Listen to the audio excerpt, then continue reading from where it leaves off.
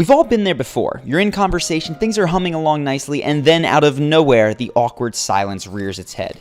At that moment, your mind goes completely blank, you don't know what to say, and you can sense the other person's eyes wandering as they look for someone else to talk to.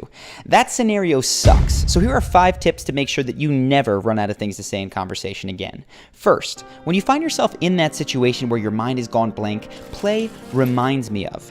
That just means that you look to the environment around you and say, you know, that reminds me of, and then fill in the blank. It's great for opening new conversational threads, and it can also work as a follow-up when someone finishes telling a story, which is how many groups of friends interact all the time.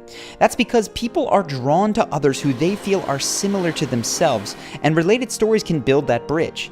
Just be sure not to repeatedly make your story superior to theirs, or else it can feel like one-upping.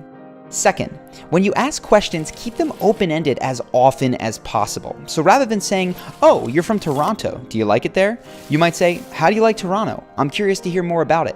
The former question invites a one-word response and then awkward silence. The latter gets the other person talking about the things that they like, which is going to open up more conversational threads. Also, just remember the rule that every 3-year-old knows about conversation, which is that simply asking why is a great way to get people to open up more. So when someone mentions that they're a consultant, for instance, you might ask, why did you decide to get into consulting?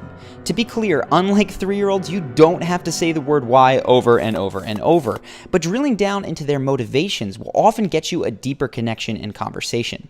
Third, for the worst case scenario, when conversation just flat out stalls, use revival questions. These are non sequiturs that bring conversation back from the dead. Here's 3 of my favorites. If you're in a new group and conversation dies after initial pleasantries, a great revival question is, how do you guys all know one another? There's almost always some kind of story that conversation can build from. If you're only speaking to one person, you can say instead, so what's your story?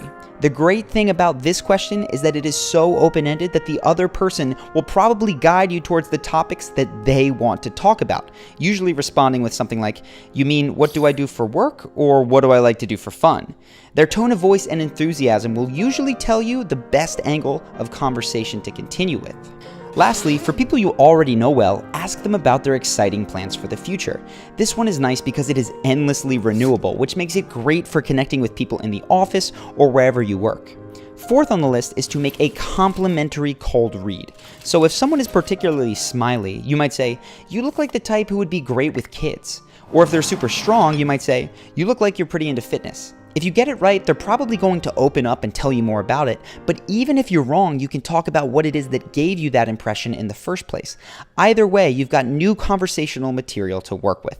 And the 5th and final tip is to flip the script so that you're not the one worried about running out of things to say. Instead, allow the other person to move the conversation forward by getting more comfortable with silence. Seriously, 3 seconds might feel like a long time, but if you can just take a deep breath while maintaining easy eye contact, more often than not, the other person will make a comment or ask you a question. Or if you really want to encourage them to continue, repeat back the last few words that they said.